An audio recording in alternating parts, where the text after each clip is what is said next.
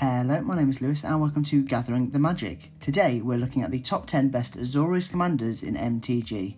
Starting off the list from Kaldheim we have Veiga the Watcher. Veiga is a 2/2 bird spirit with flying that says whenever you cast a spell from anywhere other than your hand, draw a card. And going hand in hand with Kaldheim, a common factor with Veiga decks is foretell. When you're foretelling a card to bring into play, it's coming from exile and not from your hand, so the many cards really sync well with Veiga. Mechanics like Suspend work so well with Veiga too. You're again exiling all those cards and then playing them from exile at a later date. Adventure from Eldraine is another example, as once you've used the adventure side of those cards, they are going into exile to be played all over again. There is also many options for win cons with Veiga, whether you want to go the classic blue, draw your deck and then get the win, or on those alternate win cons like Approach of the Second Sun, or just have all those cards that create you a massive army every time you cast one of the many instants or sorceries in this deck. So there are plenty of options out there for you. And finally, add in all those cards that let you play the top card of your library, because again, it will draw you more cards through that Veiga trigger, generally peek at whatever's coming up in your library, and hopefully get you the win and send you home happy.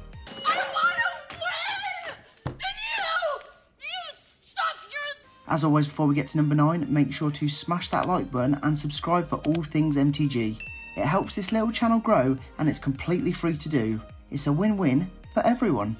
Next on the list we have Noyendar, Royal Shaper.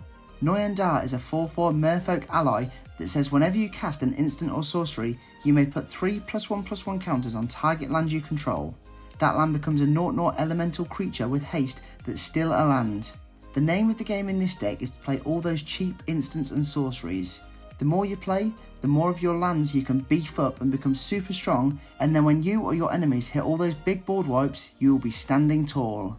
Here we're going to look at the always prestigious Gathering the Magic Card of the Deck award, and this time it's going to Terra Eternal. That I love, I absolutely love. Once you get Terra Eternal on the go, combined with an army of land-loving super strong elementals, you're going to be near impossible to beat. There are also a few pro-land loving cards too, that'll either get them back on the field or make them untargetable. And lastly, if you're getting out all those cards that really benefit those land creatures with +1/+1 counters on, then you're going to win those games in record time. Noyendar, you are da man. For number 8 on the list we have Yorion, Sky Nomad. From Ikoria, Yorion is a 4/5 bird serpent with flying that says when it ETBs, exile any number of other non-land permanents you own and control and return those to the battlefield on your next end step. For this deck we want to flood it with all of those cards that have those ETB triggers. This is so when we return them with Yorion, they trigger all over again. But also make sure we've got plenty of those cards that can flicker Yorion, because why just trigger its ETB effect when it comes from the command zone when we can find plenty of other ways to do it. Sagas are a perfect fit in Yorion too. Although they don't have an ETB trigger, once they leave and hit the field again, that lore counter gets reset to 1. Big hitters in this deck like Panharmonicon and Sun Titan are key. Panharmonicon is going to make all those ETB effects trigger an extra time, whilst the recursion option with Sun Titan when it ETBs and attacks is just insanely big. Yorion is an absolute beast that gives me MTG Arena standard nightmares. I'm just glad none of my friends in my playgroup run this, or I'd never be able to sleep again. Next on the list we have Raph Capuchin, Ship's Mage. Big Raph is a 3/3 human wizard with flash flying and says you may cast historic spells as though they had flash. Firstly, throw in all those cards that are pro-historic, make them cheaper to cost, cheat them onto the field and plenty more. And then fill your deck with all of those historic cards. Esper Sentinel immediately comes to mind, a super commander loving card that will draw you plenty more cards throughout the game. Throw in millions of those legendary cards, legendary creatures, sorceries and the rest. Then when you play those board wipes like Urza's Ruinous Blast, it'll basically be a one-sided board wipe. What a play. If you're going for a more finessed strategy, really focus down on the artifacts, make them super cheap to play, cast them all with flash and then overwhelm your opponents with big artifact boys. And finally, add in all those annoying cards to hold off your opponents from attacking you, make your opponent's cards enter tapped and everything else that's going to make your opponents hate you more and more the longer the game goes on. And yes, of course, we're going to want to make them pay the 1. Just missing out on the top half we have Quain, Iterant Meddler. From Commander Legends, Quain is a 1/3 rabbit wizard that you can tap and each player may draw a card. Then each player who drew a card that way gains 1 life. This Quain deck is all about drawing cards, with self-draw to win cons like Labman tend to be the most popular route. There are also so many cards that allow you to draw extra cards on your draw steps that are also huge auto-includes in a deck like this. Get in all those ways to have no maximum hand size, and then you can really use big guns like Body of Knowledge to bowl over your competition. Get in all those creatures that will either draw you cards, beef up your own creatures when you draw cards, and even get that card draw in the deck all the way down to your lands. There are a surprising amount of lands that will let you draw cards too, which is really cool. With so many ways to draw cards and force your opponents to draw cards, you really need to invest in that smothering tithe. Odds are your opponents won't want to pay the 2, so it's time to get treasure rich and get some crazy mana advantage. King Quain is crazy and a deck I've been keen to create in the near future. Next on the list we have Ephara, God of the Polis. Another list and another god card. This indestructible being says at the beginning of each upkeep, if you had another creature enter the battlefield this turn, draw a card. Flash is absolutely the name of the game with Ephara. Pack in all of those flash cards so you could be playing something on each turn, not only your own, so Ephara will trigger every turn and you'll be drawing so many cards. As well as getting in all those flash creatures, get in all the ways that gives everything on your side of the field flash, with Leyline of Anticipation the classic go-to for a deck like this. Why just have flash cards in your deck when you can make your non-flash cards have flash?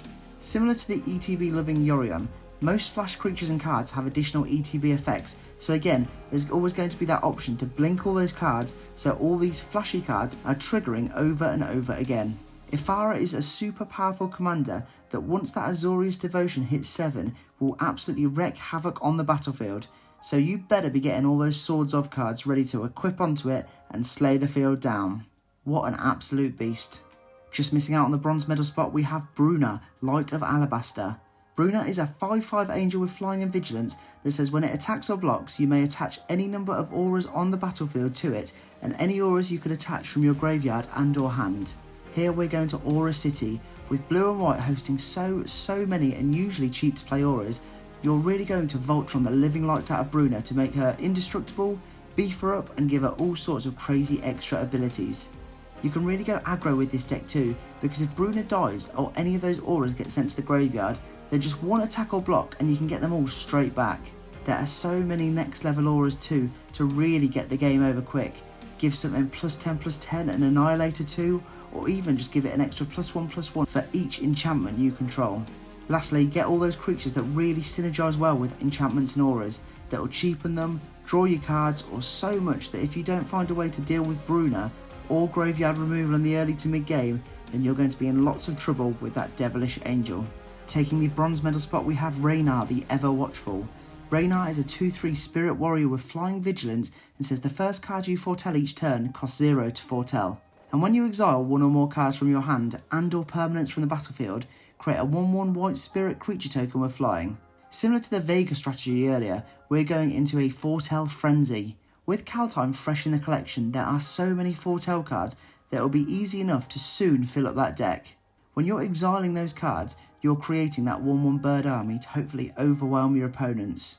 Also, fill out your deck with all of those exile loving cards, so you're triggering Reyna more and more. Lastly, with Reyna, you're hopefully going to be creating so many 1/1 spirit tokens that you'll be packing in all those non-token board wipes that will really allow you to fly in for the victory. Reyna is such a cool new commander and one I packed from my Kaldheim collector's box, so maybe it's time I built a deck around him. Runner-up and the second best Azorius commander is Grand Arbiter Augustine IV. The GAA is a 2/3 human advisor that makes your white and blue spells cheaper by 1 and spells your opponent's cast cost 1 more to cast. You're already grinding your opponent's gears with this commander, so why not just go full stacks? Play all those cards that will make your opponents spend more to cast spells, make them only play 1 spell a turn, and in general, just make them flip that table. Fill your deck with an abundance of counter spells, and you know what? Add in even more of those stacksy singles, because why just add 30 stacks cards when you could add like 40? Cards like Teferi, Mage of Zalfir are so key with GAA. Give all of your creatures flash and deny your opponents the opportunity to cast at any instance. Grand Arbiter is such a brilliantly brutal card to have that I could just feel grey hairs growing on my head at the thought of facing it at the table. Horrible, horrible stuff. And for the best Azorius commander we have Bolgo King Eternal. Bolgo is a 2/4 flyer that says when he deals combat damage to a player, exile any number of non-land permanents you control, then return those cards to the battlefield under their owner's control. As per Yorion earlier in the video, this deck is all about that blink strategy. Throw in every blinky card you've got under the sun. We're going to hopefully be triggering Bolgo many times, so we want all those cards that we can exile, re-hit the battlefield, and have all of those separate triggers pop off. With ETB being one of the most common texts in MTG, cards like Agent of Treachery are so perfect for Bolgo. Keep blinking in Agent to steal so many creatures to steal your opponent's board and draw a load of cards. Bolgo, you are the Azorius King eternally, and I can see why you are such a popular choice for those Azorius players. There we have it, that is the list. Thank you for watching, and don't forget to smash that like button and subscribe for all things MTG. Check out our link tree in the description below for all of our social media and affiliate links. For now though, I am all tapped out, so I'll see you in the next video.